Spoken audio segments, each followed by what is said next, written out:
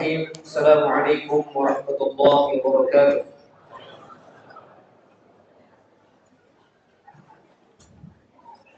Alhamdulillah,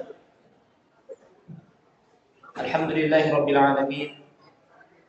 Wa sallallahu wa sallama wa baraka wa an'ama ala Muhammadin wa ala alihi wa ashabihi wa man sara ala nahjihi wa iktafa bi atharihi ila yaumiddin.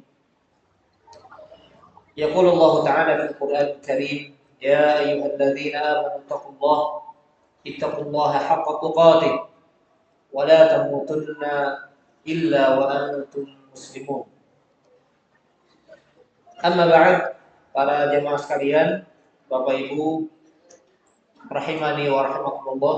Alhamdulillah, kita bersyukur kepada Allah Subhanahu wa taala atas nikmat kesehatan, nikmat keamanan, nikmat juga kemudahan dalam menuntut ilmu di zaman yang segala macam sarana sudah Allah sediakan.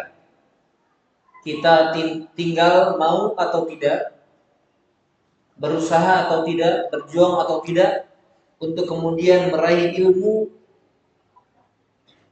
semaksimal mungkin. Maka kita memohon kepada Allah, mudah-mudahan kita termasuk golongan orang-orang yang diangkat derajat oleh Allah dengan ilmu yang Allah kurniakan kepada kita. Allahumma amin ya rabbal alamin. Salawat dan salam semoga senantiasa tercurahkan kepada Nabi kita Muhammad sallallahu alaihi wa ala alihi wa sahbihi wasallam. Jamaah rahimani wa rahimakumullah. Insyaallah pada hari ini kita akan mendengarkan nasihat dari guru kita, dari guru kami berkaitan dengan bagaimana kita memanfaatkan waktu baik bagi kita para pemuda ataupun kita orang-orang yang sudah mulai masuk di usia tua. Artinya nasihat ini umum kepada setiap kita yang telah tua dan pernah muda, yang pernah muda yang akan tua jika Allah izinkan waktunya diberikan oleh Allah dengan panjang usia. Ya, sebagai pengenalan singkat, ya, beliau asal dari Yordania, salah satu murid daripada Syekh Al-Albani rahimahullah ta'ala. Dan alhamdulillah kami juga adalah murid dari beliau, mahasiswa beliau dulu. Kemudian para jemaah sekalian, insyaallah materi yang akan disampaikan sekitar kurang lebih 1 jam. Setelah itu akan ada sesi tanya jawab. Nanti mohon jika memang memungkinkan atau bisa diusahakan sesuai dengan tema, tapi yang tidak jauh keluar dari tema insyaallah akan dijawab oleh Syekh, ya, sehingga silahkan kalau ada pertanyaan yang muncul di benak bisa langsung dipersiapkan, ya, sehingga nanti tidak perlu lagi menunggu waktu untuk kita menanti jawaban yang akan disampaikan kepada Syekh.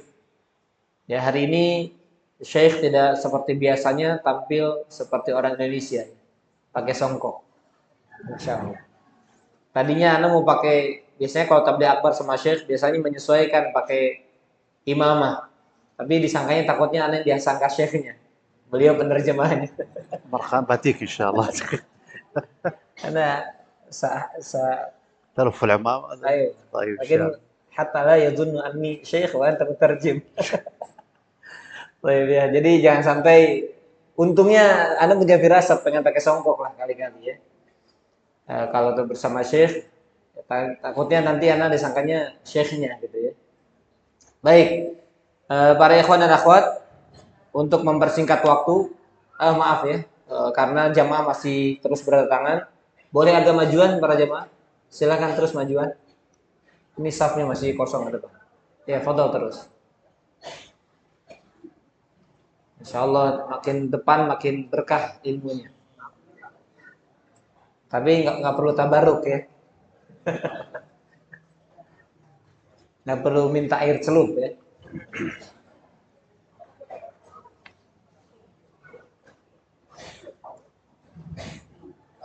Baik.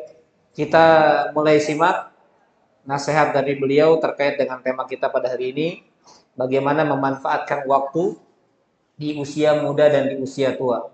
Falitafadhal mashkura ma'jura. السلام عليكم ورحمة الله. السلام عليكم ورحمة الله وبركاته. Waalaikumsalam. بسم الله الرحمن الرحيم. إن الحمد لله نحمده ونستعينه ونستغفره ونعوذ بالله من شرور أنفسنا وسيئات أعمالنا. من يهده الله فلا مضل له ومن يضلل فلا هادي له، وأشهد أن لا إله إلا الله وحده لا شريك له، وأشهد أن محمدا عبده ورسوله. يا أيها الذين آمنوا اتقوا الله حق تقاته ولا تموتن إلا وأنتم مسلمون. يا أيها الناس اتقوا ربكم الذي خلقكم من نفس واحدة وخلق منها زوجها وبث منهما رجالا كثيرا ونساء، واتقوا الله الذي تساءلون به والأرحام إن الله كان عليكم رقيبا. يا أيها الذين آمنوا اتقوا الله وقولوا قولا سديدا يصلح لكم أعمالكم ويغفر لكم ذنوبكم، ومن يطع الله ورسوله فقد فاز فوزا عظيما. أما بعد، فإن أصدق الكلام كلام الله تعالى، وخير الهدى هدى محمد صلى الله عليه وسلم، وشر الأمور محدثاتها، وكل محدثة بدعة، وكل بدعة ضلالة، وكل ضلالة في النار. أيها الإخوة والأخوات، خلق الله سبحانه وتعالى الإنسان وجعله في أحسن تقويم، وهذا من نعم الله سبحانه وتعالى التي أمرنا بأن نتفكر فيها، حيث قال: وفي أنفسكم أفلا تبصرون. فأرشد الله سبحانه وتعالى الناس أن يتأملوا في أنفسهم بديع خلقه عز وجل.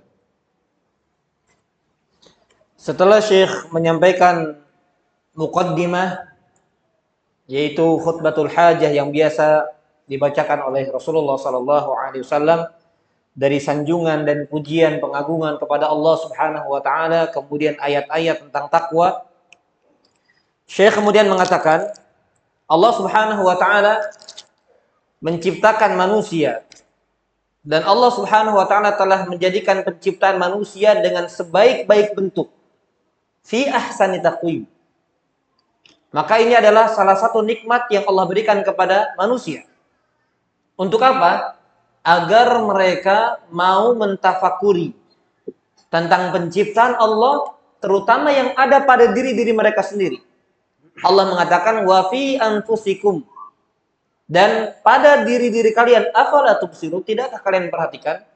Jadi dalam penciptaan Allah Subhanahu wa taala dalam diri kita itu pun ada tanda-tanda kebesaran Allah Subhanahu wa taala. Bagaimana indahnya, bagaimana sempurnanya ciptaan Allah Subhanahu wa taala. فلو تأملت في نفسك، تخيل أن يديك مكان رجليك، ورجليك مكان يديك.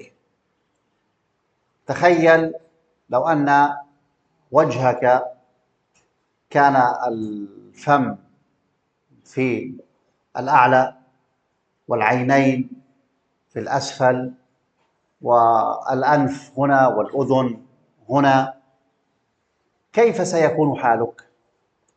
هل كنت ستستطيع العيش وقضاء مصالحك في هذه الحياة؟ الجواب لا يمكن. ولذلك هذه الخلقة التي خلق الله الإنسان عليها لا يوجد أفضل منها، فسبحانه وتعالى. Seandainya kita mau merenung para jemaah sekalian dan coba kita berpikir, seandainya Allah Subhanahu wa taala ciptakan kedua tangan kita ini dibalik. Tangan kita ada letaknya di kaki, kaki di tangan. Kemudian mulut letaknya di kedua mata, mata berpindah ke bawah. Kemudian misalnya hidung berpindah posisinya ke telinga, telinga berpindah posisinya ke hidung. Maka apa yang akan terjadi? Apakah kita bisa menjalankan kehidupan sebagaimana mestinya sekarang ini? Maka kalau kita mau berpikir pada kondisi kita saat ini, kita benar-benar akan menyaksikan bagaimana penciptaan Allah Subhanahu wa taala terhadap kita sebagai manusia yang tidak kita temukan dalam penciptaan lain yang lebih sempurna. Dan benar Allah mengatakan bahwasanya Allah menciptakan manusia dengan sebaik-baik bentuk. Subhanallah, dan itulah maha suci Allah Subhanahu wa taala. وكذلك لو نظرت وتأملت في أعضائك الداخلية، لو كان القلب في الأسفل وكانت المعدة في الأعلى وهكذا اختل مكان هذه الأعضاء وجعلنا عضوا مكان عضو، هل كان يمكن لهذه الأعضاء أن تعمل هذا العمل المتقن كما هي أو كما خلقها الله سبحانه وتعالى؟ لا يمكن.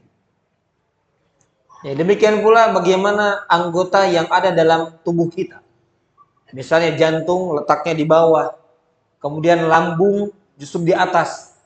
Apakah akan kesempurnaan penciptaan Allah ini akan berjalan semestinya sebagaimana yang terjadi pada kita saat ini? Tentunya nggak mungkin itu terjadi.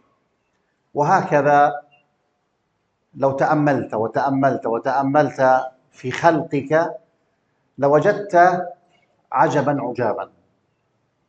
Ya, demikianlah kalau kita benar-benar merenungkan, terus mendalami perenungan kita terhadap ciptaan Allah yang ada pada diri kita, maka kita akan mendapatkan sesuatu yang sangat menakjubkan sekali.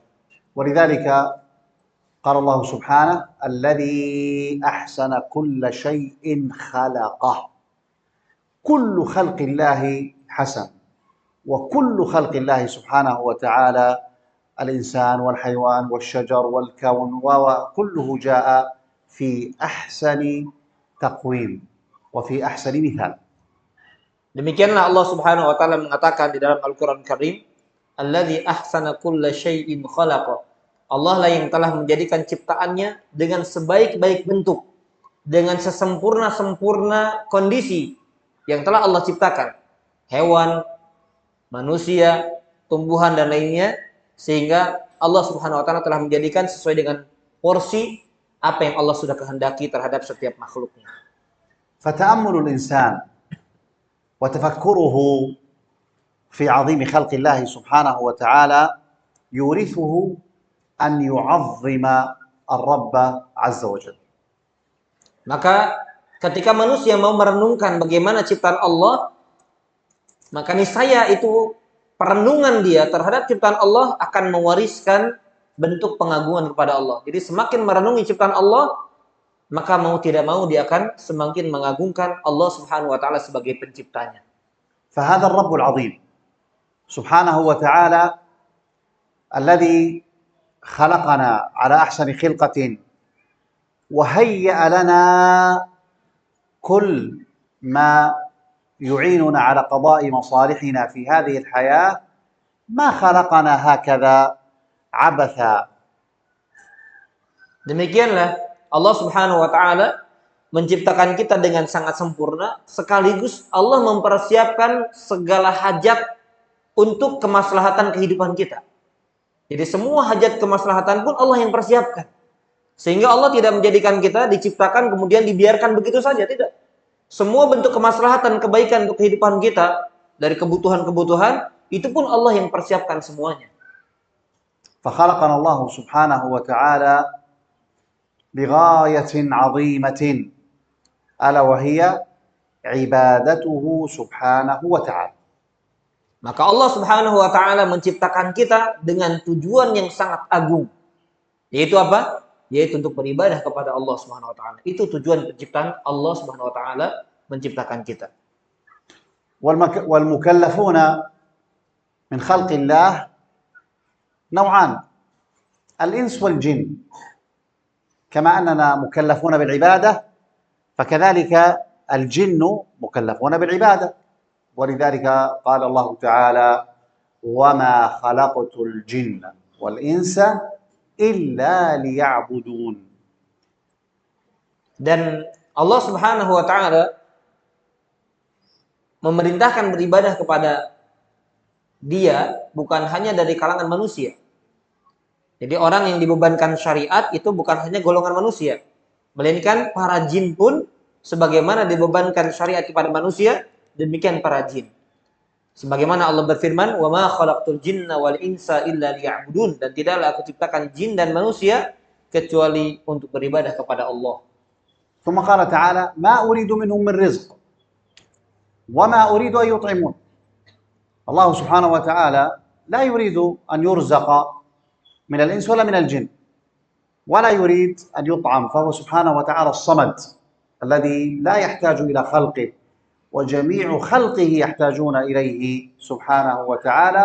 ثم قال بعدها إن الله هو الرزاق ذو القوة المتين.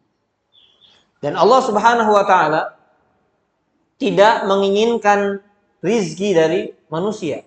Justru Allah yang memberikan rizki kepada mereka. Makanya Allah mengatakan di ayat setelahnya, "Ma uridu minhum." Aku tidak menginginkan dari mereka mir rizkin, dari rizki. Wa ma uridu an yut'imun, dan aku tidak menginginkan mereka memberikan makan kepadaku. Kemudian Allah mengatakan di ayat berikutnya, "Innallaha huwar razzaqu dzul quwwatil matin." Sesungguhnya Allah Subhanahu wa taala dialah zat yang maha pemberi rizki yang memiliki kekuatan yang sangat kokoh. Surah Az-Zariyat dari ayat ke-56 sampai 58. ومع أن الله سبحانه وتعالى خلقنا لعبادته فهو سبحانه ليس بحاجة لعبادتنا، فطاعتنا وعبادتنا لا تزيد في ملك الله شيئا، ومعصيتنا لا تنقص من ملك الله شيئا، وإنما أمرنا لنعبد الله سبحانه وتعالى حتى نفوز برضوانه وجناته وحتى نبتعد عن غضبه وناره. Dan Allah Subhanahu wa taala ketika perintahkan kita untuk beribadah kepadanya, yang perlu kita ingat adalah Allah tidak butuh sedikit pun dengan ibadah kita. Allah sedikit pun tidak butuh dengan ibadah kita. Sebagaimana Allah tidak akan terpengaruh dengan maksiat kita. Maka semakin bertambah dari ketaatan-ketaatan kita kepada Allah, ibadah kita kepada Allah, sedikit pun tidak menambah kekuasaan Allah. Sebagaimana maksiatnya kita, durhakanya kita kepada Allah tidak sedikit pun mengurangi kuasanya Allah. Lalu lantas apa?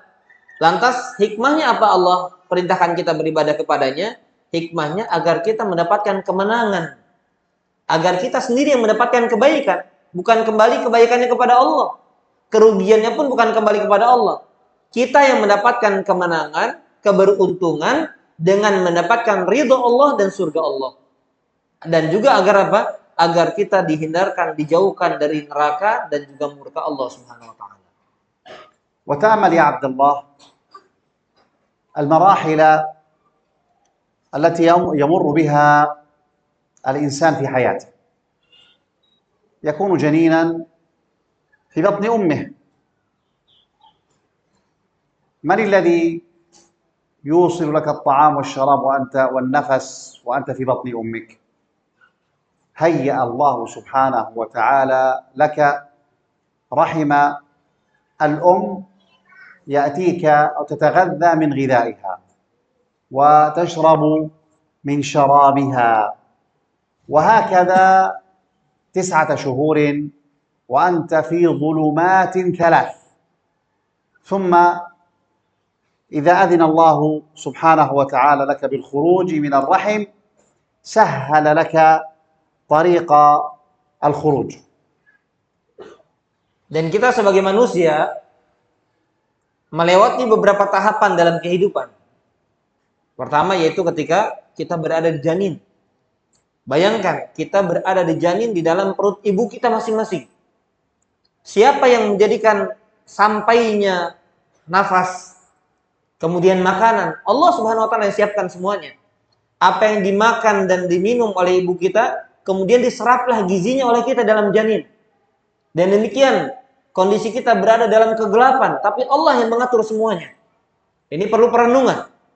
Dalam sekitar sekian bulan panjangnya, maka kondisinya demikian. Dia bernafas, dia makan, dia minum sesuai dengan yang sudah Allah aturkan kepada janin tersebut. ولما يخرج الجنين من بطن أمه فهو لا يعلم شيئا. Ya, kemudian Allah juga yang telah memudahkan jalannya, Allah yang telah memudahkan jalannya untuk kemudian keluar ya dari perut ibunya, dan juga ketika dia keluar dari perut ibunya dia tidak tahu apa-apa. Tidak ada yang diketahui oleh si bayi ini ketika keluar dari perut ibunya.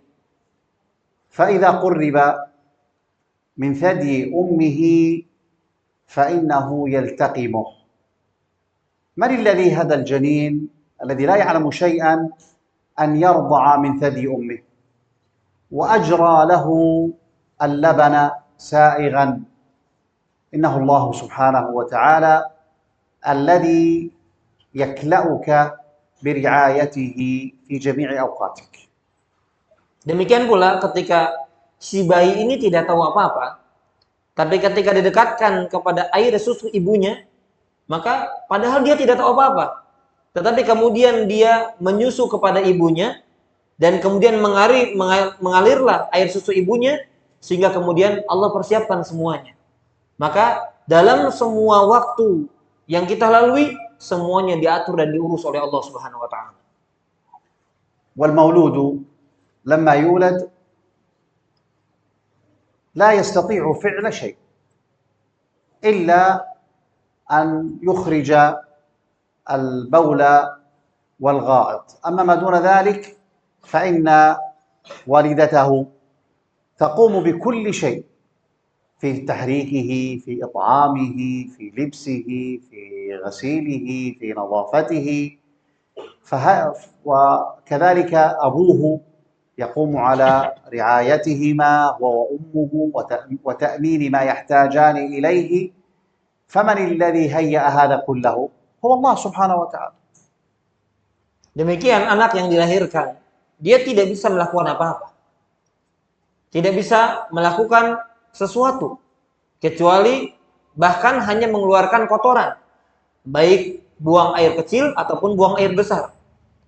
Dan yang mempersiapkan adalah ibunya, yang kemudian mempersiapkan makannya atau minumnya dan lain sebagainya, menggerakkannya dari satu tempat ke tempat yang lainnya, baik ibunya atau bapaknya. Apa yang dibutuhkan oleh si bayi atau si anak ini, dan yang mempersiapkan itu semuanya siapa? Lagi-lagi semuanya kembali kepada Allah. Allah persiapkan orang tua yang mengurusi itu semuanya.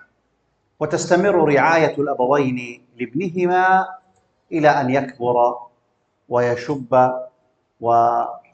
ويستطيع الاعتماد على نفسه. Kemudian berlalulah kehidupan sehingga pada puncaknya dia beranjak dewasa, dan sehingga dia bisa bergantung kepada dirinya atau tidak perlu diurusi lagi oleh orang tuanya.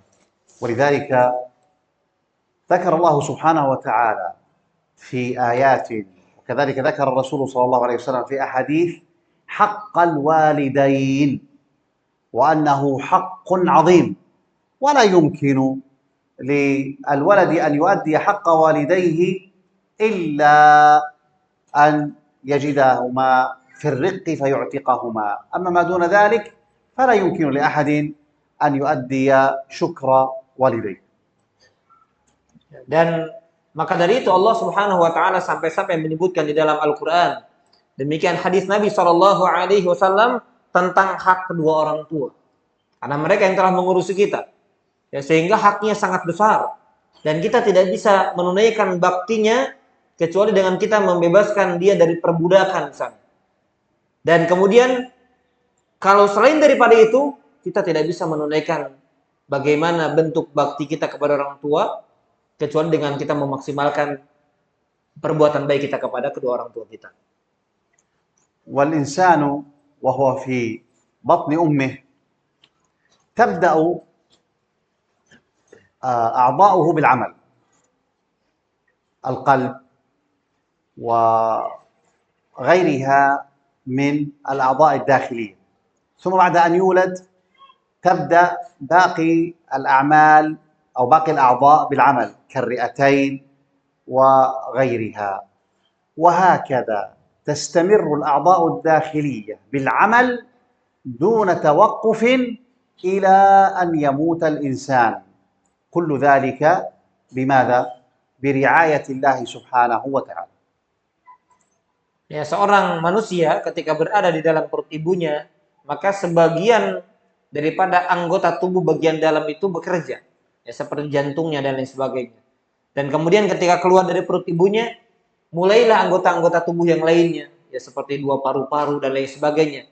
Dan semua itu bergerak sesuai dengan aturan Allah. Sampai kapan? Pergerakan itu terjadi sampai kemudian dia diwafatkan Allah Subhanahu wa taala. Dan semua itu lagi-lagi yang mengaturnya adalah Allah Subhanahu wa taala. Pergerakan anggota tubuh yang ada dalam tubuh kita semuanya diatur oleh Allah Subhanahu wa taala. كل هذه النعم وكل هذه الرعاية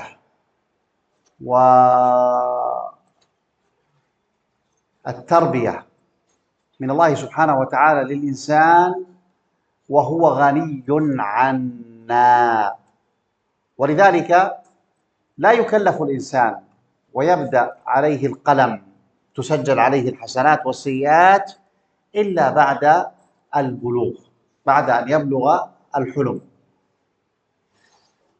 Maka semua nikmat ini, semua kepengurusan aturan yang Allah berikan kepada kita, pendidikan, namun tentu tetaplah Allah tidak butuh kepada kita. Jadi Allah urus semuanya, Allah atur semuanya, tapi Allah nggak butuh kepada kita. Maka dari itu, catatan dimulainya, catatan amalan, baik atau buruknya manusia, adalah ketika seorang itu mencapai usia baligh. Mulai dicatat kebaikannya sebagai pahala dan keburukannya sebagai dosa adalah ketika usianya mencapai baligh. ثم إذا نظرنا في العبادة فإننا نجد أنها أوامر ونواهي. أمرنا الله سبحانه وتعالى بأن نفعل عبادات ونهانا عن أشياء هي معصية له سبحانه وتعالى، وهذه كلها في استطاعة الإنسان وفي مقدوره، فلم يكلفنا الله سبحانه وتعالى شيئا لا نطيقه ولا نستطيعه، ولا حرم علينا شيئا إلا وفيه مضرة خالصة في ديننا وفي أبداننا. Dan ibadah yang Allah telah perintahkan kepada kita atau Allah wajibkan kepada kita terbagi menjadi 2. Baik itu yang sifatnya perintah-perintah yang Allah perintahkan agar kita kerjakan. Yang kedua yang sifatnya atau bentuknya larangan-larangan yang Allah perintahkan agar kita meninggalkannya. Jadi ibadah tidak lepas dari 2 perkara. Perintah yang agar kita diperintahkan mengerjakannya, atau larangan yang kita diperintahkan untuk meninggalkannya.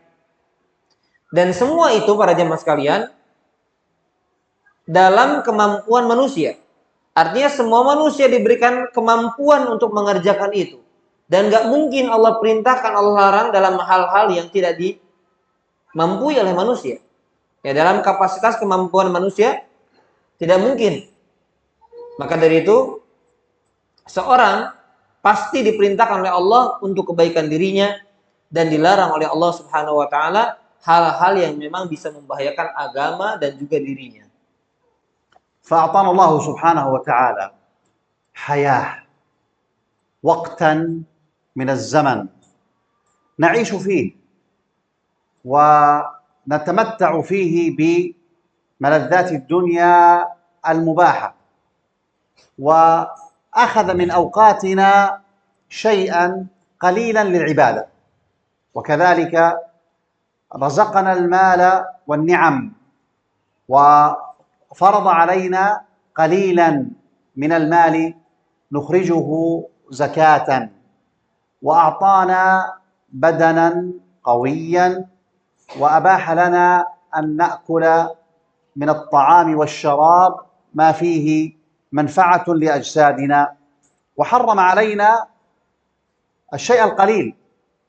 فالشيء المحرم من المطعومات والمشروبات أقل بكثير مما أباحه الله سبحانه وتعالى لنا، بل أمرنا بالامتناع عن الطعام والشراب في النهار في أوقات معلومة وأزمان معدودة، كل ذلك من أجل تزكية أرواحنا ونفوسنا ومن أجل الحفاظ على أجسادنا. Allah Subhanahu wa taala memberikan kehidupan kepada kita.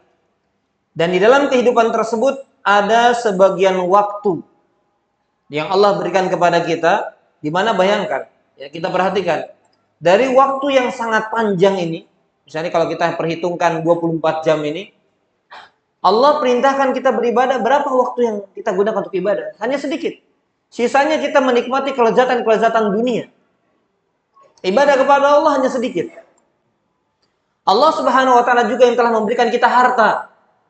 Dan dari sekian banyak harta yang sudah kita kumpulkan yang Allah berikan kepada kita, Allah wajibkan juga sedikit zakat yang harus kita keluarkan.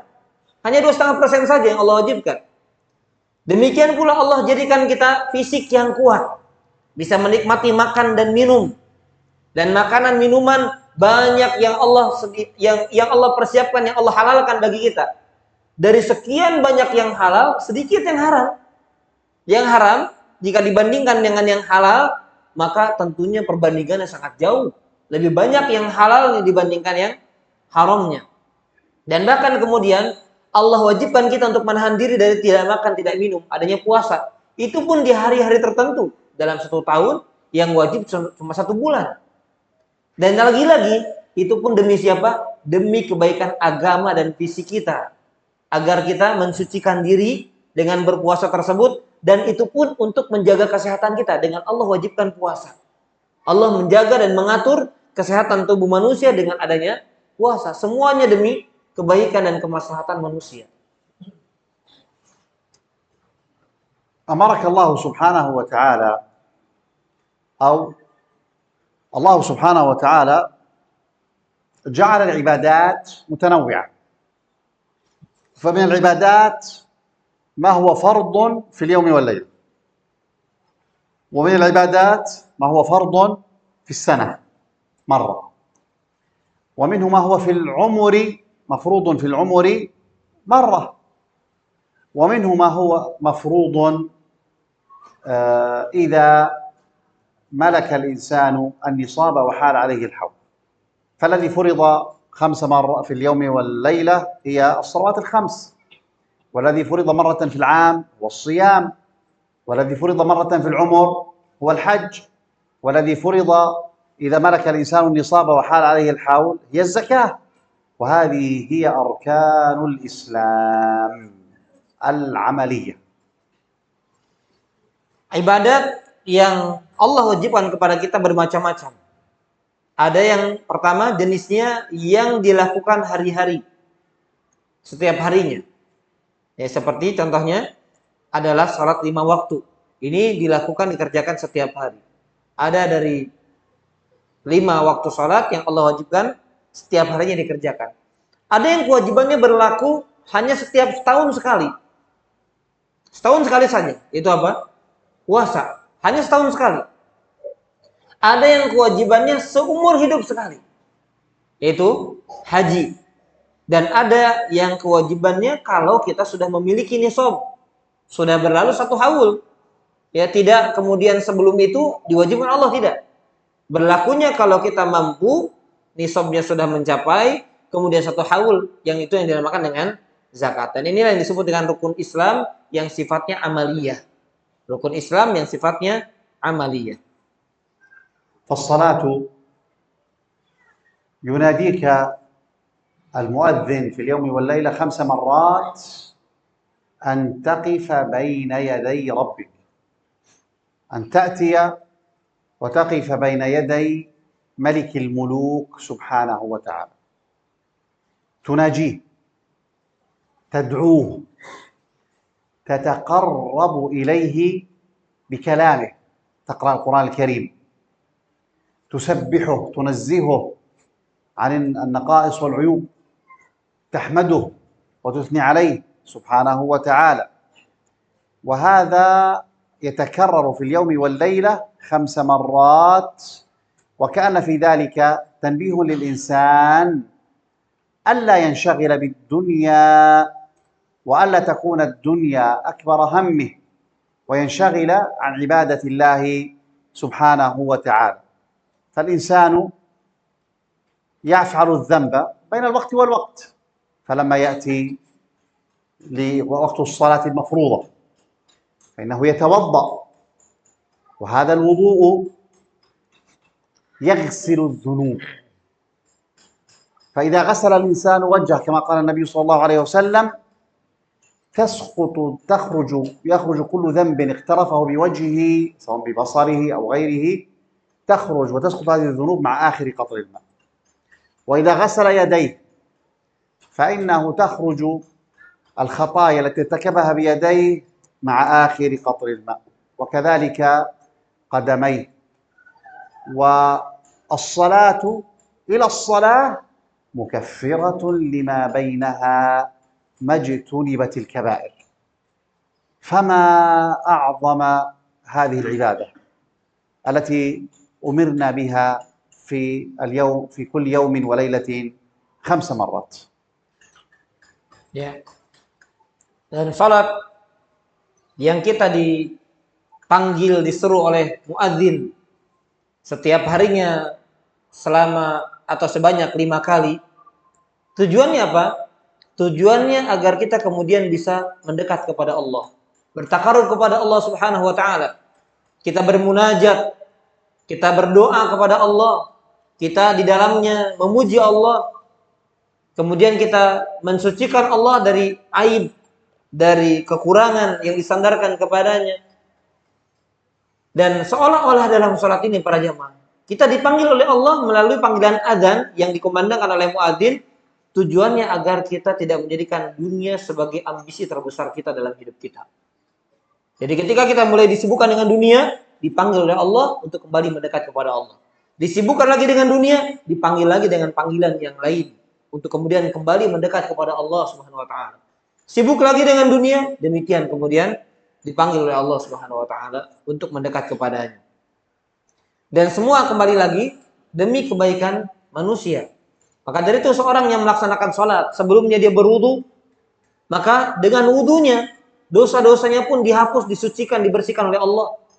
Dia membasuh wajahnya, maka ketika dia membasuh wajahnya, dosa yang pernah dikerjakan oleh wajahnya, baik dengan matanya, dengan lisannya, dan lain sebagainya, maka bersamaan dengan tetesan air terakhir yang menetes dari wajah tersebut, maka mengalir juga dan terhapus juga dosa-dosanya. Demikian pula tangannya ketika dibersihkan. Maka ketika menetes air dari tangan itu, maka menetes juga bersamaan dengan dosa yang Allah bersihkan bersama tetesan terakhir yang mengalir dari tangan tersebut. Demikian ibadah yang Allah Subhanahu wa taala wajibkan kepada kita, yang memberi kebermanfaatan dan kebaikan untuk kita semuanya. ولو أردنا أن نتكلم عن حكم الصلاة فسيأخذ هذا منا ساعات طوال، وقد كتبت كتابا سميته بأسرار الصلاة، وترجم إلى اللغة الإندونيسية، وطبع في مكتبة الإمام الشافعي بعنوان رهاسي الصلاة، فأوصيكم بقراءته فإنه نافع في هذا الباب إن شاء الله تعالى. Ya, kalau kita bicara ibadah salat, maka akan panjang pembahasannya. Tentang salat saja akan panjang pembahasannya. Ya, butuh berjam-jam. Maka Syekh punya kitab, punya sebuah tulisan yang diberikan judul namanya Asrarus Shalah. Dalam bahasa Indonesianya sudah terjemahkan ya, dari pustaka Imam Syafi'i. Judulnya Rahasia Salat.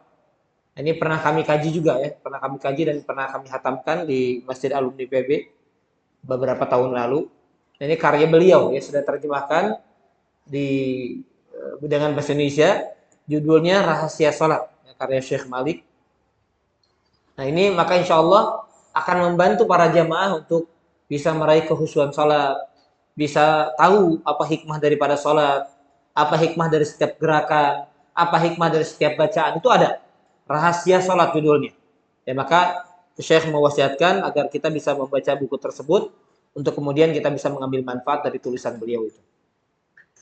وكذلك إذا نظرنا في عبادة الصوم، طبعا الصلاة منها ما هي فريضة ومنها ما هي نافلة، وكذلك باقي الفرائض. الصيام فرضه الله شهرا في العام، العام 12 شهرا، شهر في العام نصومه، وهذا الصيام امتناع عن الطعام والشراب والنكاح من طلوع الفجر إلى غروب الشمس بنية. هذا الصيام هو تقرب إلى الله وهو عبادة، وهو يهذب النفس ويجعلها من أهل التقوى، كما قال تعالى: يا أيها الذين آمنوا كتب عليكم الصيام كما كتب على الذين من قبلكم لعلكم تتقون، أي لأجل أن تتحصلوا على التقوى. وكذلك من آثار الصيام أنه يعود على البدن بالصحة، أن تمنع جسمك من الطعام والشراب نهارا، فهذا يعود أيضا على جسدك بالصحة والعافية. نعم. Ya, demikian pula dengan ibadah yang perlu kita perhatikan, puasa. Yang Allah wajibkan dalam 1 tahun, yang jumlahnya 12 bulan, hanya 1 bulan. Di mana puasa ini yang akan menjadikan jiwa kita bersih, jiwa kita suci, dan bentuk pendekatan diri kita kepada Allah. Kita menghindari atau mencegah diri kita dari makan, minum, dan berhubungan badan dari mulai terbitnya fajar sampai tenggelamnya matahari. Yang mana semua itu juga kembali kepada tubuh kita, yaitu dengan diberikan kesehatan oleh Allah, keselamatan diri dan keselamatan jiwa.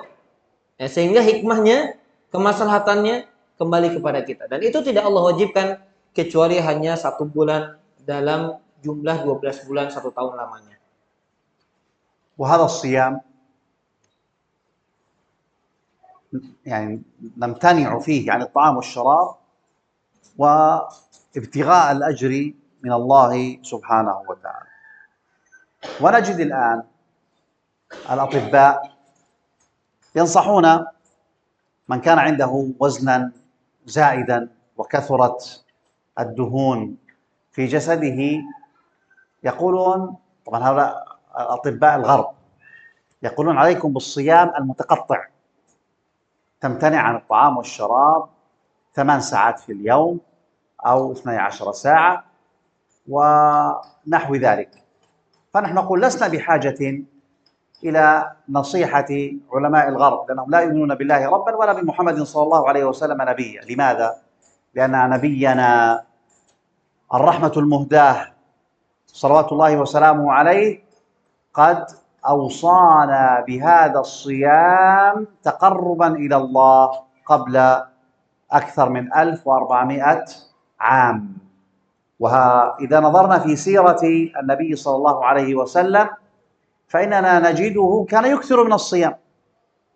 نعم، كان زمانهم زمان فقر وقلة الطعام، ولكن النبي صلى الله عليه وسلم كان يصوم تعبدا، ويوصينا بأن نصوم 3 أيام من كل شهر. كان صلى الله عليه وسلم يواظب على صيام الاثنين والخميس. كان النبي صلى الله عليه وسلم في الصباح يسأل زوجاته: هل عندكن طعام؟ فإن قلنا لا، يقول: فأنا صائم. فهذا الصيام فيه القربة والطاعة والعبادة لله، وفيه كذلك الصحة لهذا البدن الذي خلقه الله سبحانه وتعالى، وهو أعلم بما يصلح. Demikian pula dengan ibadah puasa para jemaah. Ibadah puasa ini, ketika kita menahan diri dari tidak makan dan tidak minum, maka tentunya niat kita adalah mengharapkan pahala dari Allah. Maka sebagaimana dikatakan oleh para peneliti atau para ilmuwan barat, yang berbicara ilmuwan barat, terutama bagi orang yang, mohon maaf, jumlah lemaknya dalam tubuh itu berlebihan, maka apa yang disarankan mereka? Diet. Dan di antara cara diet yang mereka sarankan apa? Menahan diri dari makan. Ada yang mengatakan 8 jam. Ada yang mengatakan menahan diri dari makan 12 jam. Ya, dengan berbagai macam istilah yang kita tahu ya. Maka kata siapa? Nggak perlu didengar itu. Nggak perlu dengar. Nabi kita SAW 1400 tahun lebih sudah mensyariatkan puasa. Subhanallah. Ya, artinya kita di dalam syariat Islam, kita punya syariat yang sudah sempurna sekali. Baik itu sifatnya ibadah kepada Allah dan juga mendatangkan kemaslahatan untuk kita, kebaikan untuk kita. Kenapa kita nggak perlu taati? Karena mereka orang-orang yang nggak beriman sama Allah. Dan kita punya Nabi SAW yang sudah memberikan teladan kepada kita. Beliau adalah orang yang paling banyak berpuasa. Beliau, walaupun di zaman beliau adalah zaman fakir, zaman yang sedikit makanan, tidak sebagaimana yang kita saksikan pada hari ini yang berlimpah makanan di mana-mana. Tetapi beliau berpuasa bukan karena nggak ada makanan, tapi benar-benar ibadah. Niatnya karena Allah, bertakarrub, mendekatkan diri kepada Allah dengan puasa. Ya, jadi pertama tentunya kita meluruskan niat dari puasa, tapi mau tidak mau kesehatan pun Allah akan berikan dengan puasa yang kita jalankan. Ya, Nabi SAW berpuasa Senin Kamis, Nabi berpuasa dalam setiap bulan 3 hari. Kemudian Nabi setiap paginya bertanya kepada istri-istrinya, apakah ada makanan atau tidak? Kalau tidak ada jawabannya, maka beliau mengatakan, idzan ana shaim. Kalau begitu saya puasa saja.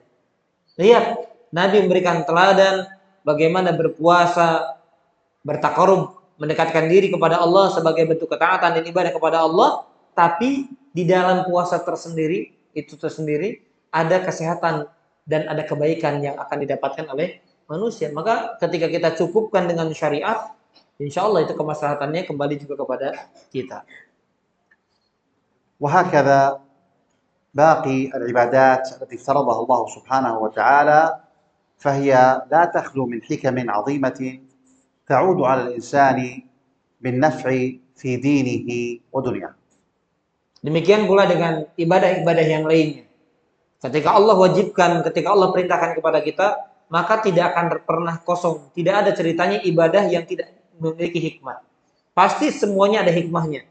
Dan semua hikmah itu kembali kepada kebaikan-kebaikan yang akan kembali kepada manusia. أيها الإخوة، إن النبي صلى الله عليه وسلم ذكر لنا المراحل التي يمر بها الإنسان وأمرنا باغتنامها. فقال صلى الله عليه وسلم موصيا أمته، أو هي وصية لرجل وهي وصية للأمة جمعاء، فقال صلى الله عليه وسلم اغتنم خمسا قبل خمس، اغتنم خمسا قبل خمس. فقال شبابك قبل هرمك، وصحتك قبل سقمك، وغناك قبل فقرك، وفراغك قبل شغلك، وحياتك قبل موتك. هذه الخمسة أمور سنشرحها إن شاء الله تعالى. Nabi SAW memberikan wasiat kepada kita sebagai bentuk nasihat untuk kita semuanya, agar bagaimana kita memanfaatkan satu masa sebelum berlalunya, sebelum datangnya masa yang lain. Satu kondisi sebelum datangnya kondisi yang lain. Nabi SAW mengatakan, manfaatkan 5 perkara sebelum datang 5 perkara.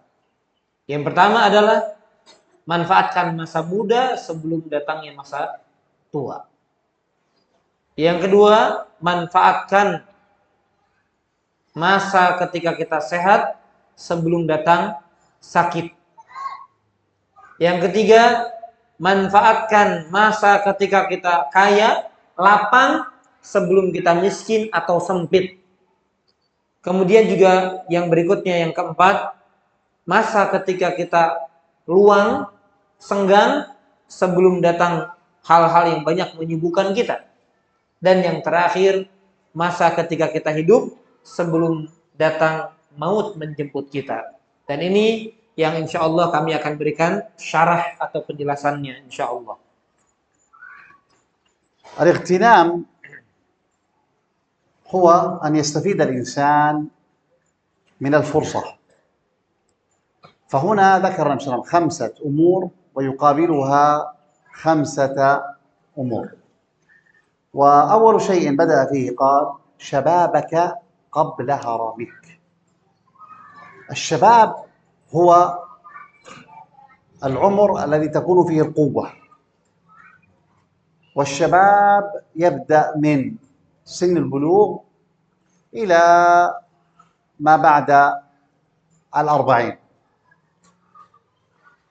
والهرم يبدأ فيه الضعف، وهو ما بعد 60. ولكن من منا يبلغ 60؟ من منا يبلغ 70؟ من منا يضمن أنه سيعيش 60 أو 70 سنة؟ فلا أحد يدري متى يأتيه الموت، وهذا سنتكلم عليه في الوصية الأخيرة. لكن الشباب هو زمن القوة وزمن العطاء. فهنا الاغتنام بالطاعة. أنت تستطيع الآن في حال القوة وحال الشباب أن تصلي، تطيل الصلاة، تصلي قيام ليل، تصوم النوافل، إلى غير ذلك من العبادات. لكن إذا تقدم بك السن فسيضعف جسدك، وترى أنك لا تستطيع أن تقوم بعبادات كنت تقوم بها في حال الشباب. فإذا شابت لحيتك وتقدم عمرك تقول: ألا ليت الشباب يعود يوما. ولكن لا يمكن أن يعود الشباب. نعم. Makna daripada ightinam, karena kalimat hadisnya dari Nabi SAW adalah ightanim, artinya adalah mencari manfaat atau memanfaatkan. Maka yang pertama adalah isinya manfaatkan waktu muda sebelum datangnya masa tua.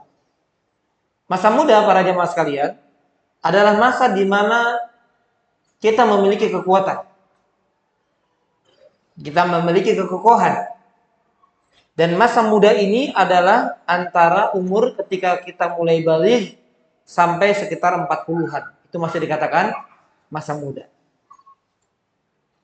Sedangkan usia tua atau tidak lagi muda adalah ketika sudah mulai lemah itu menjangkit dalam tubuh kita. Kelemahan sudah mulai dirasakan.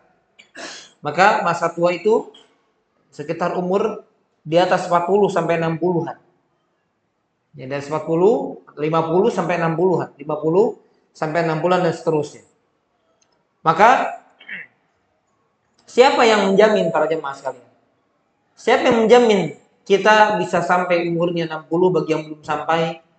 Kita umurnya bisa 70 bagi siapa yang belum sampai? Tidak ada yang menjamin. Lihat bagaimana ketika Allah Subhanahu wa taala berikan usia muda kepada kita, maka hendaknya kita bisa memanfaatkan dengan baik. Karena waktu itu adalah waktu yang Allah berikan kekuatan kepada kita. Di antaranya kita bisa sholat dengan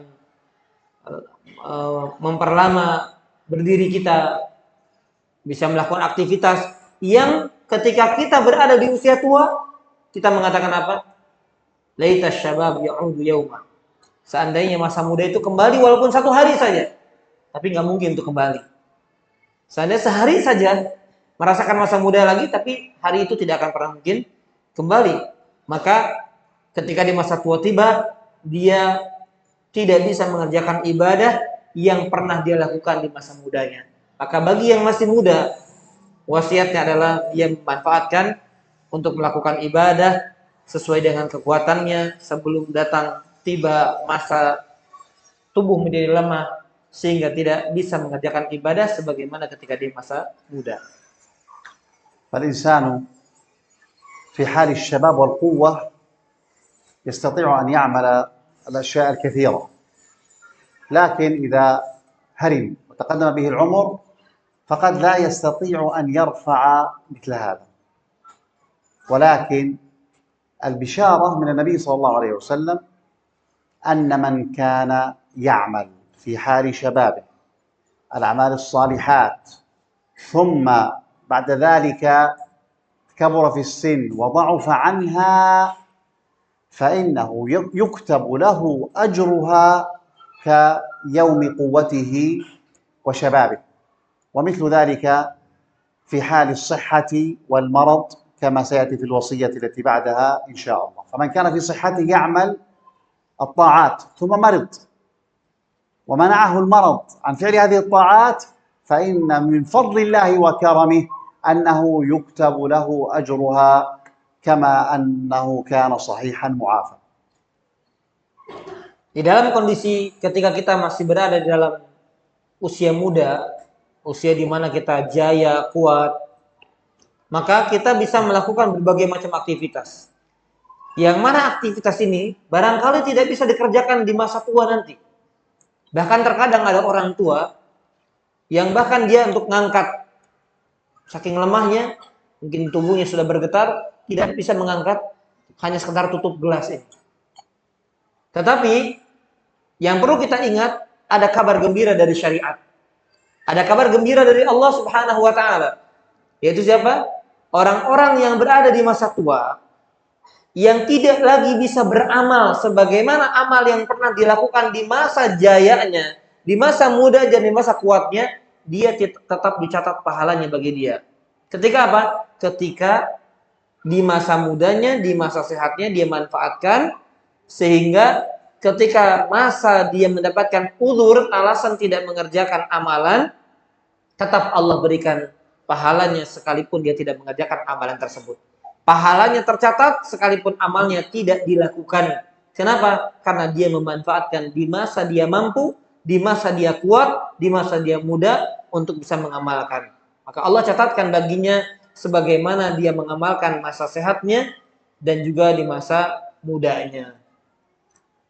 الوصية الثانية التي أمرنا باغتنامها وصحتك قبل سقمك. الصحة العافية هذه نعمة عظيمة من الله سبحانه وتعالى، ولذلك لا يعرف قيمة الصحة إلا من وقع في المرض. ولذلك قالوا في المثل العربي: الصحة تاج على رؤوس الأصحاء، التاج الذي يلبسه الملوك. الصحة تاج على رؤوس الأصحاء لا يراه إلا المرضى. المريض الذي يلازم الفراش، يلازم البيت، الحركة صعبة أو لا يستطيع الحركة، يعرف نعمة الصحة.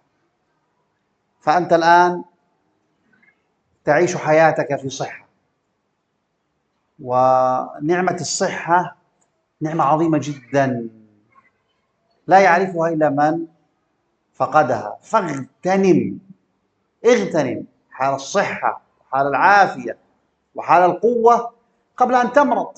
وهذا المرض أيضا لا يعرف صغيرا ولا كبيرا، فقد يمرض الشاب وقد يمرض الكبير في السن، ويمرض المرأة الكبيرة الصغيرة. فاغتنام أوقات الصحة ينفعك ويكتب لك أجره قبل أن يداهمك المرض. Wasiat yang kedua adalah memanfaatkan masa atau waktu sehat sebelum datangnya sakit. Tidak ada orang yang mengenal bagaimana besarnya nikmat sehat kecuali ketika dia sakit. Maka sehat ini adalah karunia yang sangat agung dari Allah. Nikmat yang sangat besar dari Allah yang Allah berikan kepada manusia.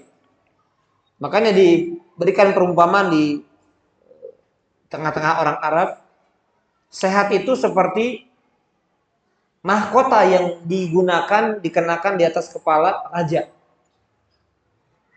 Siapa yang melihatnya? Yang melihatnya orang. Orang yang melihatnya, dia tahu bagaimana kenikmatan yang dirasakan orang tersebut. Tapi terkadang raja yang menggunakannya itu nggak sadar. Maka demikian kondisi orang yang sakit, dia akan merasakan bagaimana bernilainya sehat ketika dia sakit. Bagaimana harganya sehat ketika dia sakit. Maka sakit ini para jemaah tidak mengenal usia. Apakah dia muda, apakah dia tua, laki, perempuan, tidak mengenal. Terkadang orang yang masih muda ternyata sakit-sakitan. Ternyata orang tua sehat. Maka manfaatkan waktu sehat untuk kita maksimalkan dalam beribadah kepada Allah, dalam kita manfaatkan untuk melakukan berbagai macam ketaatan sebelum Allah Subhanahu wa taala uji kita dengan sakit. النفس يدخل ويخرج بلا إرادة منك. القلب يعمل يضخ الدم إلى جميع الجسد بلا إرادة منك، وهكذا باقي أعضاء الجسد هي تعمل بأمر الله سبحانه وتعالى. الكلى، هناك كليتان وظيفتهما أنها تنقي الدم من الشوائب، وتخرج هذه الشوائب وهذه السموم مع البول.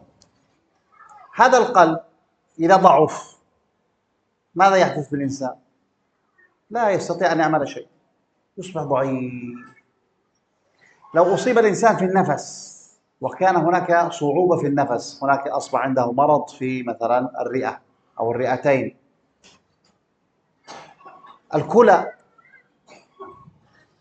الكلى تغسل الدم في اليوم 36 مرة. أنت تدري عن هذا؟ لا تدري عنه، لكن ألا نرى أن هناك كثير من الناس الآن أعاذنا الله وإياكم وشفى المرضى يذهبون في الأسبوع مرتين أو ثلاث ويجلسون على الأجهزة من أجل أن يغسلوا الكلى أو يغسلوا الدم، لأن الكلى قد تعطلت ويأخذ منهم وقت وجهد وتعب وألم. فهذه الأشياء كلها لا يعرفها الصحيح إلا إذا ابتلي، فنسأل الله ألا يبتلينا، ولكن علينا أخذ العبرة من غيرنا. فالسعيد من وعظ بغيره. اغتنم وقت الصحة، اغتنم وقت الصحة. نعم. Kita ketika bernafas itu bukan karena keinginan kita mengeluarkan, menghirup udara, ya dalam tanda kutip otomatis. Bukan ketika ingin nafas, udah keluar, masuk. Kemudian juga bagaimana dengan jantung kita berdetak. Demikian pula dengan ginjal kita yang mencuci darah, memperbaiki dan seterusnya. Semua berjalan bukan karena keinginan kita. Semuanya berjalan sesuai dengan aturan Allah. Allah yang sudah mengatur semua itu. Maka lihat, ketika jantung itu sudah mulai melemah, maka tidak ada yang bisa banyak diperbuat oleh kita. Demikian pula ketika nafas tersendat, susah dalam bernafas, ada permasalahan di paru-paru kita. Apa yang terjadi? Sama aktivitas kita terganggu. Demikian pula dengan ginjal ketika terganggu. Ada sebagian orang yang diuji oleh Allah, dan saya berdoa semoga kita tidak diuji dengan ujian demikian. Ya, pergi ke rumah sakit, cuci darah, Ada yang seminggu 3 kali, 4 kali, ada yang 2 kali, dan seminggu sekali, dan seterusnya. Tapi yang perlu kita camkan adalah kita mengambil pelajaran dari orang selain kita. Bagaimana kita bisa memanfaatkan waktu ketika kita sehat. Ya, kita tidak berharap ujian, tapi kita mengambil pelajaran. Orang ini ketika beraktivitas dan banyak aktivitas yang tertunda, aktivitas yang terhalang, aktivitas yang kemudian tidak bisa dikerjakan karena diuji oleh Allah dengan sakit. Maka kita yang sehat, yang Allah berikan nikmat sehat ini, hendaknya kita manfaatkan sebaik-baiknya sebelum tentunya kalau Allah berikan sakit kepada kita.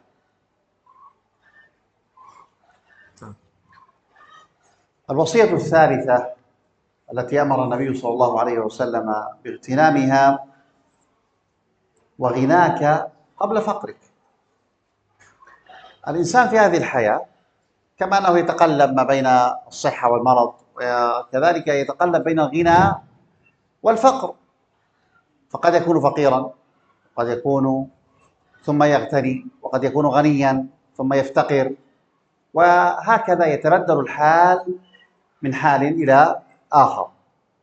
فمن من الله عليه بنعمة الغنى، من الله عليه بوجود المال، بكثرة المال، فاغتنم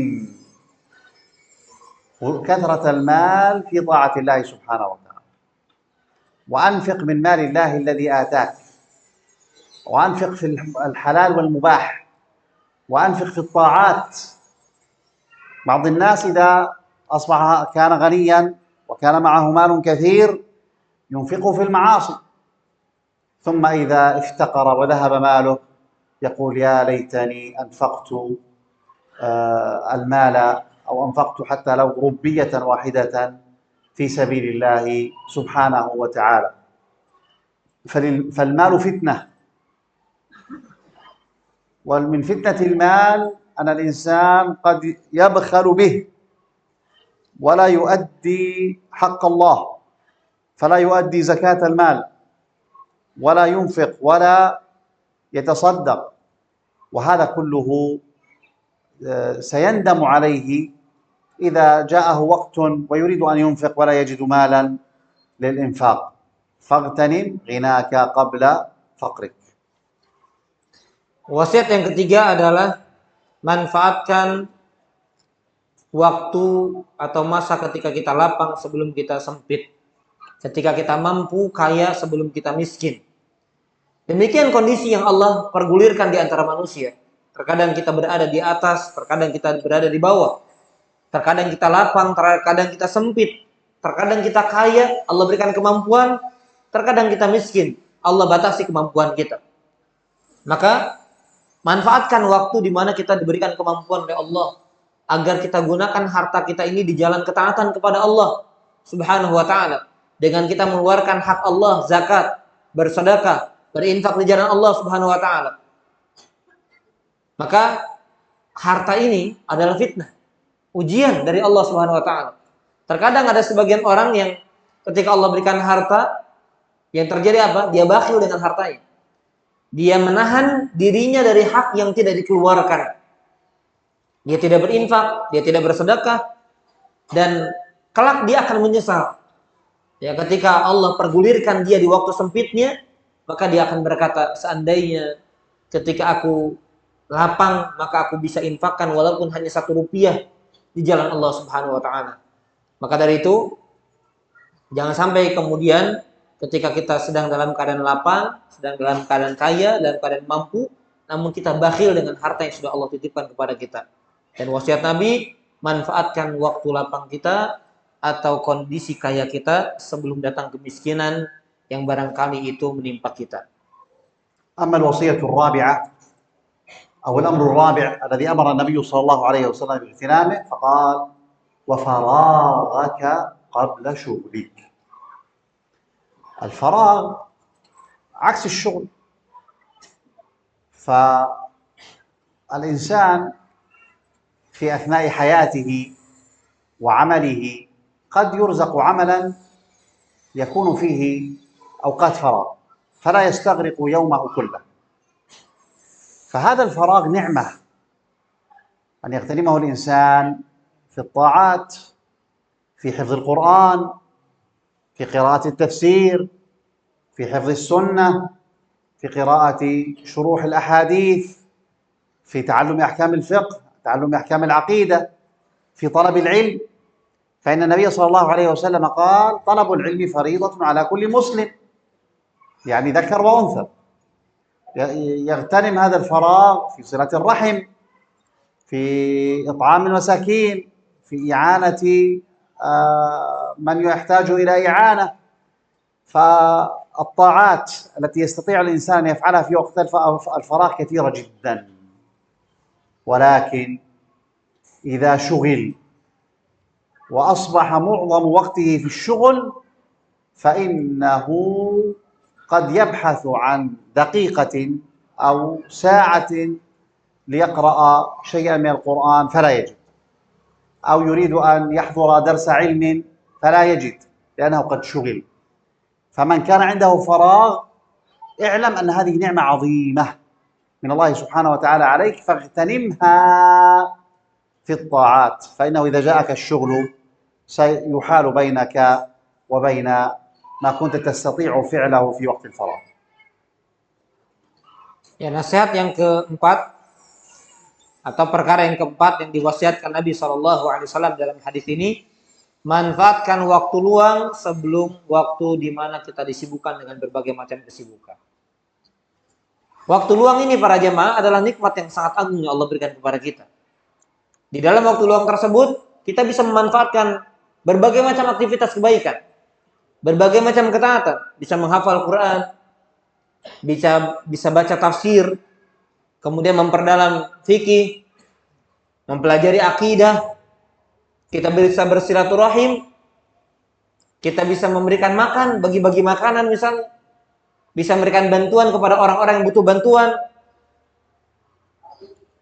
Namun ketika kemudian Allah jadikan dia sibuk dengan urusan, bahkan dia berharap ada 1 menit saja untuk bisa membuka lembaran Quran untuk dia bisa baca Quran. Maka ketika Allah berikan waktu luang ini, manfaatkan dengan sebaik-baiknya dalam ketaatan kepada Allah, sebelum nanti kita disibukkan dan kita tidak bisa mendapatkan atau mengamalkan atau berbuat sebagaimana kita berada ketika di waktu luang, di waktu lapang. Ya, sekali lagi, manfaatkan untuk menghadir kajian, memperdalam ilmu agama ketika kita diberikan keluangan waktu dan kelapangan, sehingga kita bisa manfaatkan dengan sebaik-baiknya. أما الأمر الخامس والأخير الذي أمر النبي صلى الله عليه وسلم باغتنامه فقال: حياتك قبل موتك. الحياة نعمة، وهو الوقت الذي نعيش فيه، ولذلك أقسم الله سبحانه وتعالى به في أكثر من موضع: والعصر والفجر والضحى. فالوقت هو الذي يعني هو النعمة العظيمة التي تعيش فيها وتستطيع أن تفعل الطاعات وأن تعيش حياتك فيها. والحياة إن لم تكن في طاعة الله كانت في معصية الله. ويستطيع الإنسان أن يفعل فيها ما يشاء، لكن ما الذي يقطع الحياة؟ الموت، أن تخرج الروح من جسدك. ولكن هل للموت زمن معلوم؟ هل للموت مكان معلوم؟ هل للموت سن معلوم؟ عمر معلوم؟ مرض معلوم؟ لا، والموت لا يأتي إلا فجأة. الكبير في السن ينتظر الموت، لكن كذلك الصغير في السن قد يأتيه الموت. وكم من أناس يعني ماتوا فجأة وهم صغار في السن كثير. فالموت ليس للكبار فقط، بل الموت للجميع. ولذلك أمر الله سبحانه وتعالى باغتنام الحياة قبل أن يأتينا الموت بغتة. إيش يعني بغتة؟ فجأة. والنبي صلى الله عليه وسلم يقول: أعمار أمتي بين 60 و70. لا يجاوزهن إلا القليل. قليل من أمة محمد صلى الله عليه وسلم من يعني يزيد عمره على 70 عاما. Nah, Ya demikian pula dengan wasiat yang kelima, yaitu wasiat yang terakhir, nasihat yang terakhir, agar kita memanfaatkan masa di mana kita masih hidup. Diberikan kehidupan. Diberikan kehidupan adalah sebuah kenikmatan yang sangat agung. Di mana kehidupan ini adalah waktu itu sendiri. Yang mana Allah bersumpah di banyak tempat di dalam Al-Quran. Allah mengatakan wal asr, demi waktu. Wal fajr, demi waktu fajar. Wal lail, demi waktu malam, dan seterusnya. Allah bersumpah atas nama setiap waktu. Yang ini menunjukkan akan keagungan waktu tersebut, yang manusia diperintahkan Allah untuk bisa memanfaatkan waktu-waktu di mana Allah bersumpah. Ketika manusia diberikan kehidupan, maka tentunya untuk dimanfaatkan, berbekal, menambah bekal ketaatan kepada Allah Subhanahu wa taala. Karena kalau sudah tidak ada lagi kehidupan para jamaah, ruh yang keluar dari jasad kita yang membuat kemudian kita mati, meninggal dunia, dan kita tidak tahu kematian itu tidak mengenal tempat. Kita berharap mati di satu tempat, ternyata kita mati di tempat lain. Kematian tidak mengenal waktu. Kita berharap mati di usia tua, ternyata muda. Atau orang tua bahkan menanti kematian, dia tidak tahu kapan waktunya. Kematian tidak mengenal kondisi. Apakah sakit dulu atau dalam keadaan sehat. Artinya kematian tidaklah datang kepada kita kecuali dalam keadaan mendadak.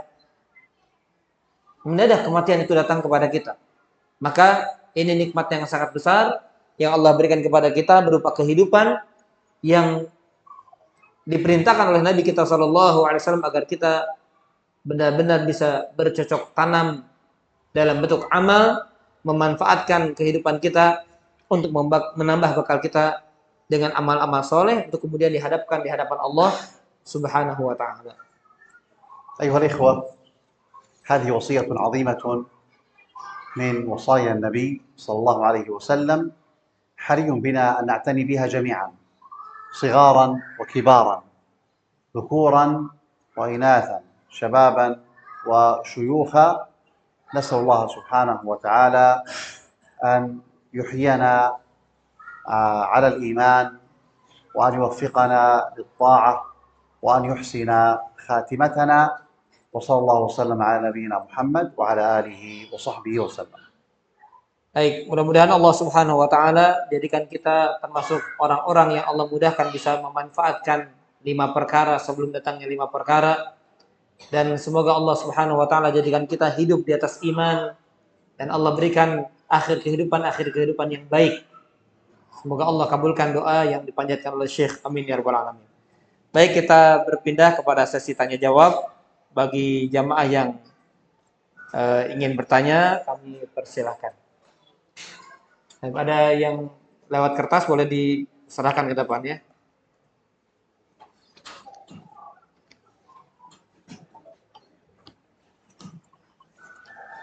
Ya, silakan. Assalamualaikum warahmatullahi wabarakatuh. Waalaikumsalam.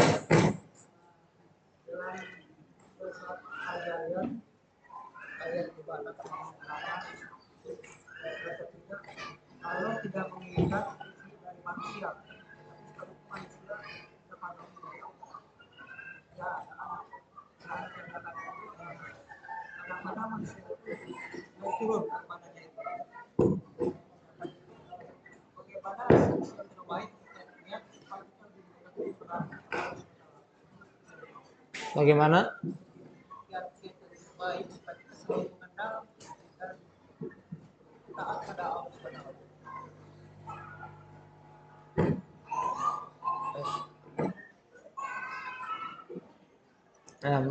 الإنسان يحتاج إلى رزق والله لا يحتاج إلى رزق كما يقول في الذرية لكن الخطوة حتى الإنسان يتقرب من الله بالطاعة الخطوة ما الخطوة حتى دائما يتقرب إلى الله بالطاعة يستقيم في الاستقامة نعم. Ya, tadi sudah ditanyakan ya, bertanya tentang bagaimana kiat-kiat agar kita bisa senantiasa mendekat terus kepada Allah. Ya, karena iman itu naik dan turun.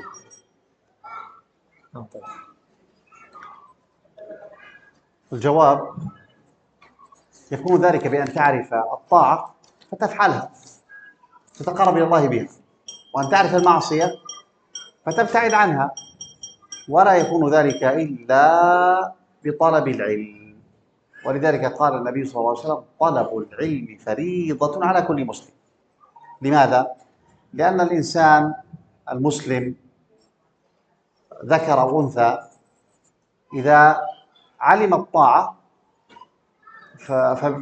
بطلب العلم يعرف الطاعة من المعصية، يعرف الحلال من الحرام، يعرف ما الذي يحبه الله وما الذي يكرهه الله، فتجده إذا طلب العلم يفعل الطاعات ويجتنب المعاصي ويفعل ما يحبه الله سبحانه وتعالى ويجتنب ما يكرهه الله عز وجل. Jadi kiat agar kita bisa senantiasa terus menambah bekal dekat dengan Allah, yaitu kita mengetahui kebenaran, sehingga kita bisa mengerjakannya. Dan ini tidak bisa dilakukan kecuali dengan apa? Menuntut ilmu. Makanya Rasulullah SAW mewajibkan kita untuk menuntut ilmu agar kita tahu mana yang hak, mana yang benar, agar kita jalankan. Mana yang salah, mana yang dilarang agar kita tinggalkan. Kalau kita nggak tahu ilmunya, barangkali kita melakukan apa yang dilarang, meninggalkan apa yang diperintah. Jadi kiat utamanya adalah bekal ilmu. Itu yang akan insya Allah menambah manfaat untuk kita. Allahu a'lam.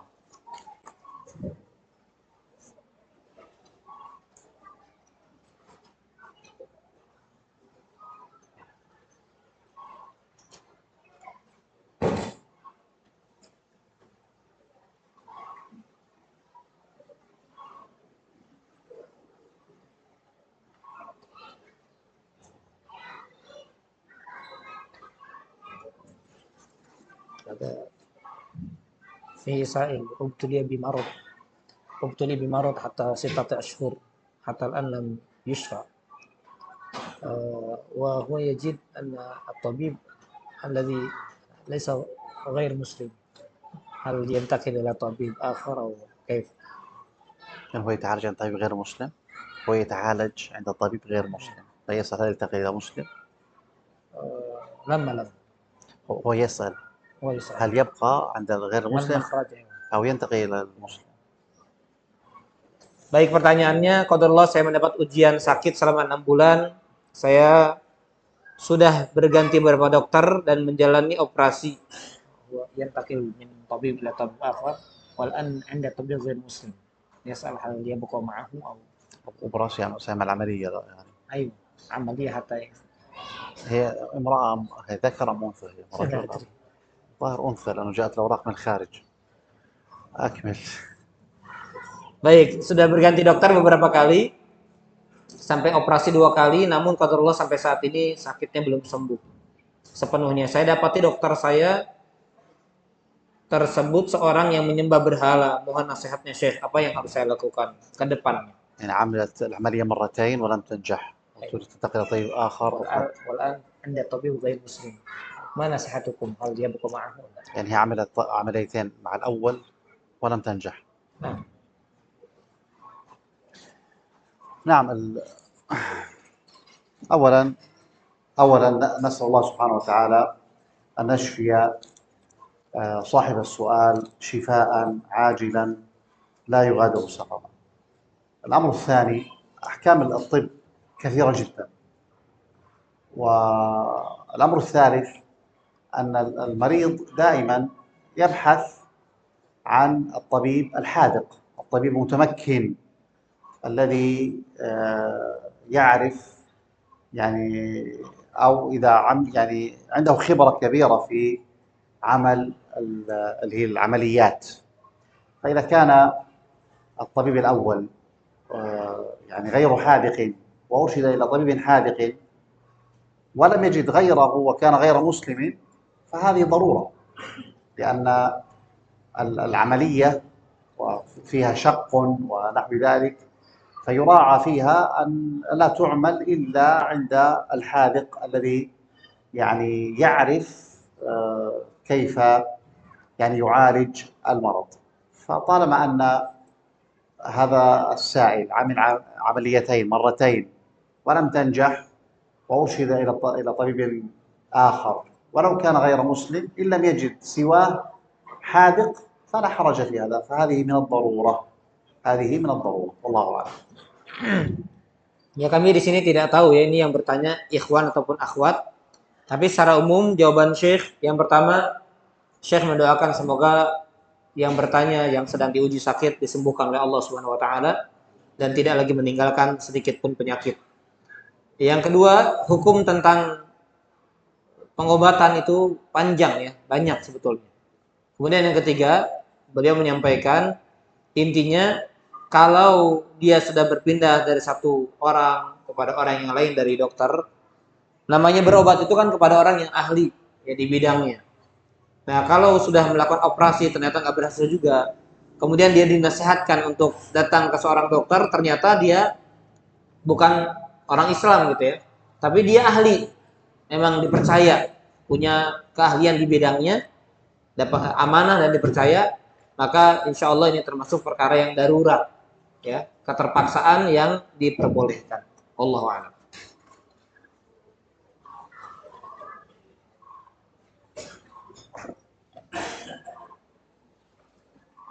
كيف نغلب على النفس الأمارة بالسوء ودائما في كسل. كيف نغلب النفس الأمارة بالسوء؟ نغلب وكسل. Bagaimana caranya mengalahkan jiwa yang malas dan selalu ingin berbuat dosa? الهدي النبوي أن النبي صلى الله عليه وسلم كان يستعيذ بالله من العجز والكسل. الكسل هو أن الإنسان يستطيع أن يفعل الشيء ولكن لا يفعله، وهذا الكسل يعني استعاذ منه النبي عليه الصلاة والسلام. لماذا؟ لأنه يفوت على الإنسان كثير من مصالحه. فنقول لك أكثر من الدعاء، وكذلك انظر في سير يعني الناجحين في هذه الحياة سواء كان من العلماء أو من غيرهم، وكيف أن من أسباب نجاحهم هو النشاط وعدم الكسل. فالكسل مذموم في الشرع، وكذلك عاقبته وخيمة على صاحبه. نعم. Ya. Rasa malas ini penyakit yang berbahaya bagi manusia. Karena dengan rasa malas itu akan banyak yang luput dari amal-amal kebajikan. Makanya ada petunjuk dari Nabi SAW berupa doa. Jadi artinya yang pertama, perbanyak doa, minta sama Allah, Allahumma inni a'udzubika minal ajzi wal kasal. Ya Allah, aku berlindung kepadamu dari rasa malas dan rasa lemah dan malas. Karena orang malas itu dia mampu mengerjakan tapi dia tidak mengerjakannya. Kalau orang lemah memang tidak diberikan kemampuan untuk mengerjakannya padahal dia ingin. Maka dari itu perbanyak meminta kepada Allah agar dikeluarkan dari penyakit tersebut. Karena rasa malas ini adalah hal yang tercela dalam syariat. Kemudian yang kedua, banyak baca perjalanan orang-orang yang sukses. Orang-orang yang berhasil, para ulama. Tidak ada di antara mereka berhasil karena apa? Malas, nggak ada. Nggak ada orang berhasil karena malas. Pasti mereka adalah orang-orang yang bersungguh-sungguh.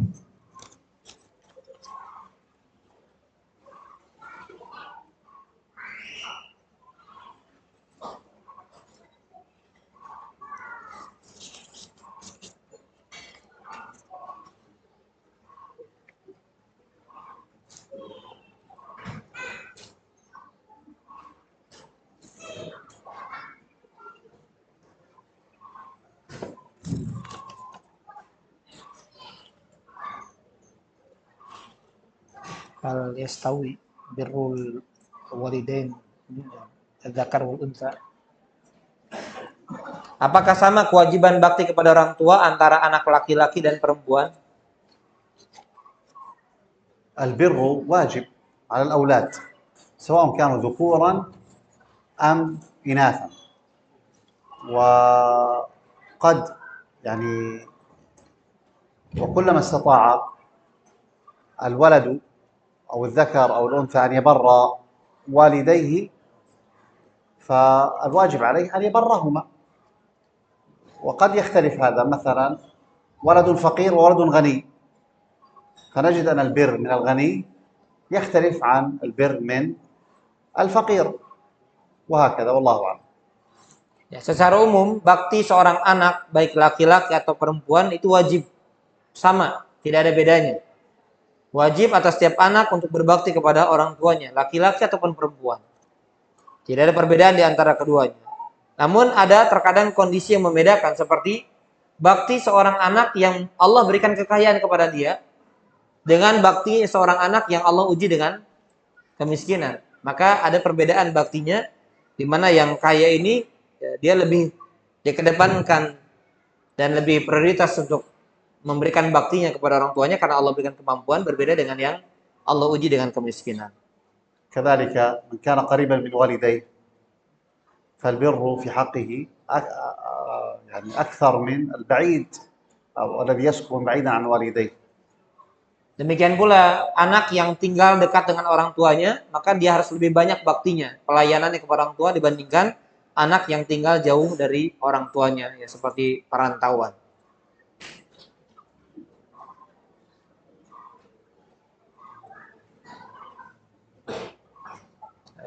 الذنوب التي فعلها بعد البلوغ لكن هو لا يعرف أن هذه المعصية كيف يتوب منها وكيف يعتذر من المظلوم الذي ظلمه وظلم فردا. Dosa yang kita kerjakan di masa anak-anak setelah balik dan belum tahu apa-apa, bagaimana mentaubatinya, dia nggak tahu apakah ini dosa atau tidak. Dan juga kalau salah kepada seorang, bagaimana mentaubatinya karena tidak tahu lagi orang itu di mana dan kepada siapanya.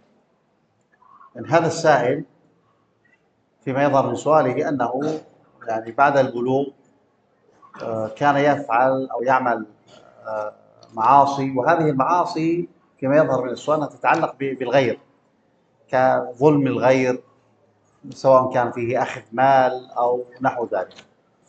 طبعا طالما أنه عرف الآن أن هذه معصية ولا تجوز، فالواجب عليه أن يقنع عن ذلك. وإن كان قد فعل هذا في الزمن الماضي فالتوبة أن يندم أنه فعل هذا، وإن استطاع الاعتذار ممن ظلم أو إرجاع الحقوق فهذا الواجب. إن لم يستطع فعليه أن يكثر من الصدقات وأن يكثر من الاستغفار لمن ظلم، عسى الله أن يتجاوز عنه والله أعلم. Ya, jadi jawaban Syekh, barangkali kesalahannya dia tidak tahu ketika sudah balik.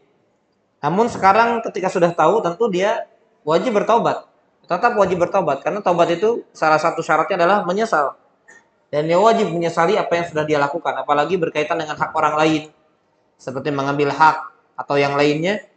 Dan selama dia mampu ya mencari kemudian mengembalikan haknya, maka wajib bagi dia untuk mengembalikan haknya. Wajib bagi dia untuk mencari orang yang meminta maaf kalau misalnya ada kezaliman yang perlu kita minta maaf.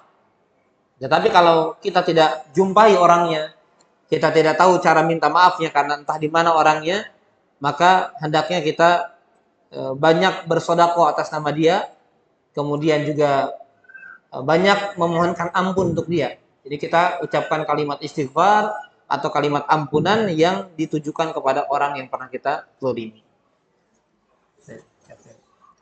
Baik, mungkin kita cukupkan pertemuan kita pada hari ini. Baik, silakan. Terakhir ya. Waalaikumsalam warahmatullahi wabarakatuh.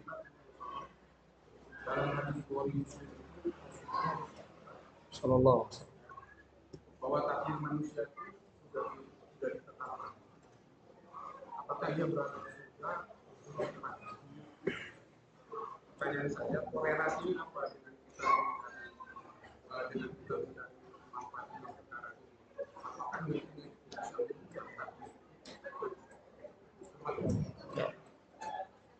خلاص تعرف عرفت شيئا. في الصحيح أن الرسول قال أن القدر الإنسان سيدخل الجنة وسيدخل النار هذا قد كتب. وما العلاقة بهذا الحديث الذي نبحثه الآن؟ نغتنم خمسا قبل خمس. هل هذا الاغتنام يغير القدر أم لا؟ Baik, ada pertanyaan untuk akhwat barangkali tidak dengar. Jadi ada pertanyaan dari salah satu ikhwah, ya, Bapak di sini. Takdir manusia itu kan sudah ditetapkan Allah masuk surga atau masuk neraka. Lantas apa korelasinya? Kenapa kita harus berusaha memaksimalkan manfaatkan 5 perkara sebelum 5 perkara? Apakah ketika kita manfaatkan 5 perkara sebelum datangnya 5 perkara ini bisa mengubah takdir atau tidak? نعم، هذا الاغتنام لا يغير القدر، بل هذا الاغتنام من القدر. ولذلك القدر هو سر الله، لا أحد يدري هل هو من أهل الجنة أو هو من أهل النار. ولكن سئل النبي صلى الله عليه وسلم طالما أن أهل الجنة يعني معروفون وأهل النار معروفون ففيما العمل؟ لماذا نعمل؟ فقال النبي صلى الله عليه وسلم اعملوا فكل ميسر بما خلق له. فالإنسان الذي يرى أنه قد وفق للطاعة وأنه يغتنم هذه ال5 أشياء وغيرها يعلم أن هذا من توفيق الله سبحانه وتعالى له، ويسأل الله الثبات وأن يختم له بخير.